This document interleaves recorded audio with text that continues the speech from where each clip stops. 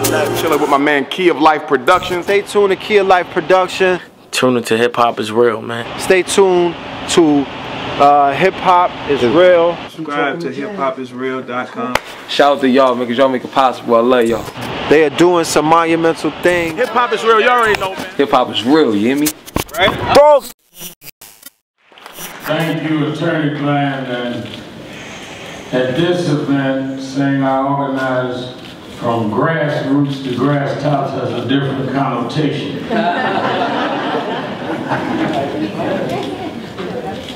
When Attorney Lamont Bland brought this issue to Nash Action Network and when I looked at the statements made by Attorney General Sessions of criminalizing medical marijuana and those in communities that have already disproportionately suffered it. I said to Bill Lynch Jr. and to him that not only would we come and support the efforts of decriminalization and to protect the rights of people that need this medical treatment, but that we would do it right at the expo, because I do not believe in throwing a rock and hiding your hand. I wanted to be here with you to say this and to challenge us to have a movement around issues, but have it with those that understand it from all levels. I spent time with the Drug Policy Alliance, who have been gathering, some of them are here, stand up, give them a hand.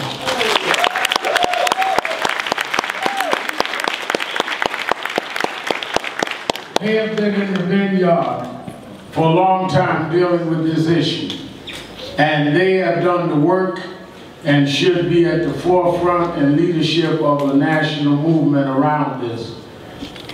Why? Because it is a civil rights issue as much as it is an industry issue.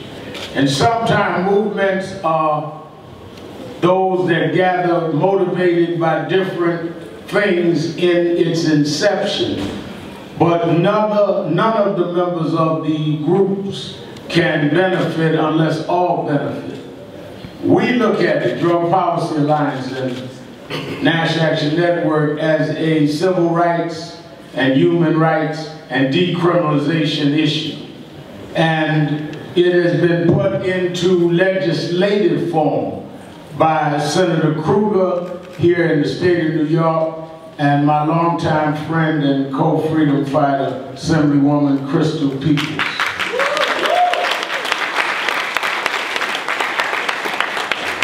And they have a bill in New York State that we support 100% and will be campaigning for its passage. And I think that we owe it to them to stand forthright on the Senate bill and the Assembly bill. Yeah. A reporter asked me, why would I come and support the decriminalization? Do I smoke weed? That's always the question. Well, over a decade ago, I came out in support of same-sex marriage, and I'm not gay. I come today to say that we must decriminalize what they're doing in this industry. I don't smoke weed, but those that have the medical need to be able to fulfill that, and we are tired of seeing young people, disproportionately Black and Latino, go to jail for weed in small amounts, while the culprits that broke the economy walk away unscathed with no criminal indictment or prosecution. Why do I support it? For years in New York, look at the combined New York Black and Latino population. We account for a little more than a third of the population. Yet 85% of the people arrested annually on marijuana possession are black and Latino. Why do I support it? Marijuana prohibition has almost entirely been enforced in communities of color.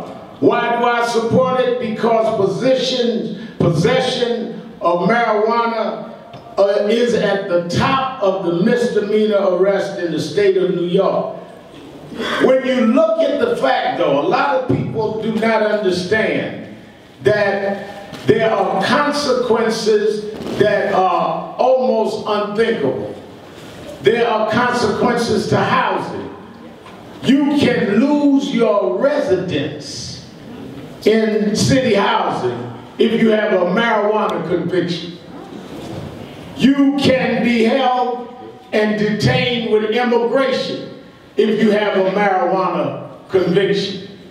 You can be denied employment if you have a marijuana conviction. You can be refused for schools or certain admission to certain colleges with a marijuana conviction. This is just about something that does not overlap into other areas of our society, and it disproportionately impacts people of color.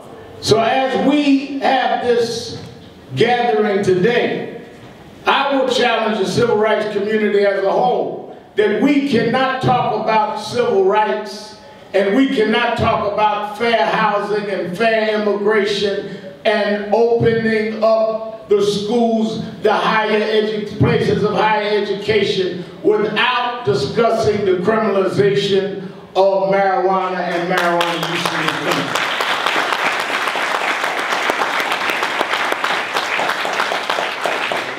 For the Attorney General to declare that he is going after an industry that some people have medical needs for the Attorney General to stand now in the way of a movement that over 23 states has already legalized, I know that that will lead to a disproportionate amount of people in my community that will be going to jail, that will be subject to police harassment, that will be subject to other areas that we will on the backside want to fight when we need to cut it off on the front side.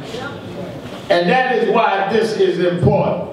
Same reason why last year we did a national tour on what are the impacts, the unintended consequences of banning certain brands in tobacco. I don't smoke Cools or Newports, but I don't want to see police states where you've got, like in Oakland, a consent decree and they want to ban just menthol. They don't want to ban Lucky Strikes. So guys wearing Texas hats can smoke theirs, but our kids are going to a black market if we have to deal with this. The unintended consequences that they're using and putting it around the coat of morality is something that we must speak in a forthright manner.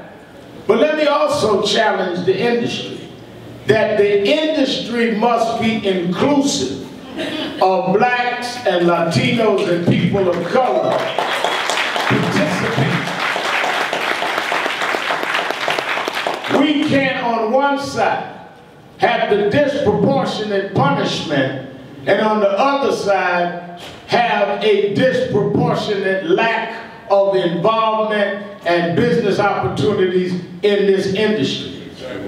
This industry last year went up to $7 billion, yet less than 1% have black dispensaries that are owned and operated. We must raise and rise to the level of activism in the industry, but we must also rise ownership and management and participation on the business side. Yes. We don't need to be locked up by law enforcement and locked out by the industry. Yes.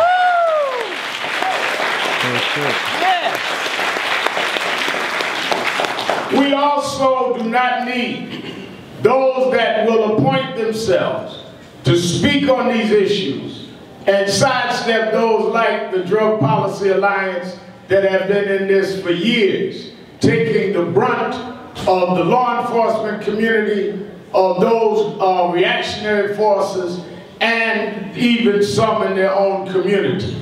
People that will lead the fight in New York, that National Action Network will back, people that will lead the fight around this country are groups like the Drug Policy Alliance that have been there all along, not some new well-funded people that think they will parachute in and speak for us that never spoke to us.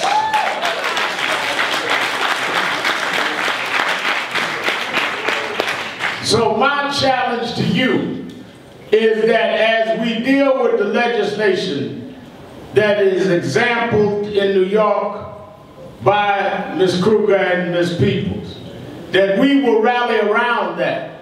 But we want to see in that there is an inclusive policy to make sure that people do not have unrealistic goals that has to be established or requirements to be able to come into business.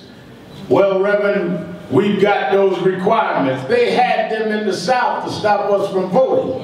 Yeah, tell it. They don't say blacks couldn't vote. They say, just tell us how many jelly beans are in the jar. Right. Just tell me how to say the alphabet backwards and forward and give it to me in Spanish. They come with requirements that they know we can't meet. To require people that have no kind of record, even minor offenses, to have other impediments is designed to lock people out while we try to lift up the legitimate issue that will benefit all of you that are at this expo. So my message to you is that we must take on those that will try to shut the industry down, but we must also take on those in the industry that want to shut folks out. This must be a people's movement. We cannot say to our young people that you should have the right with the medical marijuana, that based on your needs to have a joint, but you can never own the joint. That's a sound bite.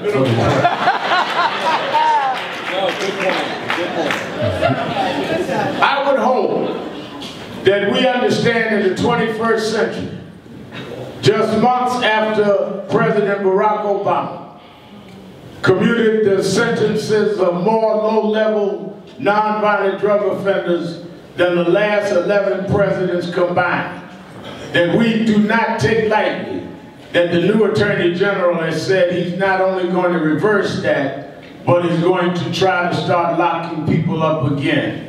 This is a call to action for all of us to stand against reactionary criminal justice policies, reactionary policies against those in medical need, reactionary policies against those that will disproportionately suffer in communities of color, and we must deal with those reactionary forces in the industry that want to use it as a private club to become oligarchs, rather than to be open to let us liberate people that need it, that have been denied it because of archaic laws that in many ways cut off people in need, like Attorney Bland's son. I think that it is something we're committed to. I didn't want to send a statement, I wanted to come and make my statement. I hope that we will move out together to deal internally and externally with this industry. I stand with you. I will see you at the barricades. Thank you.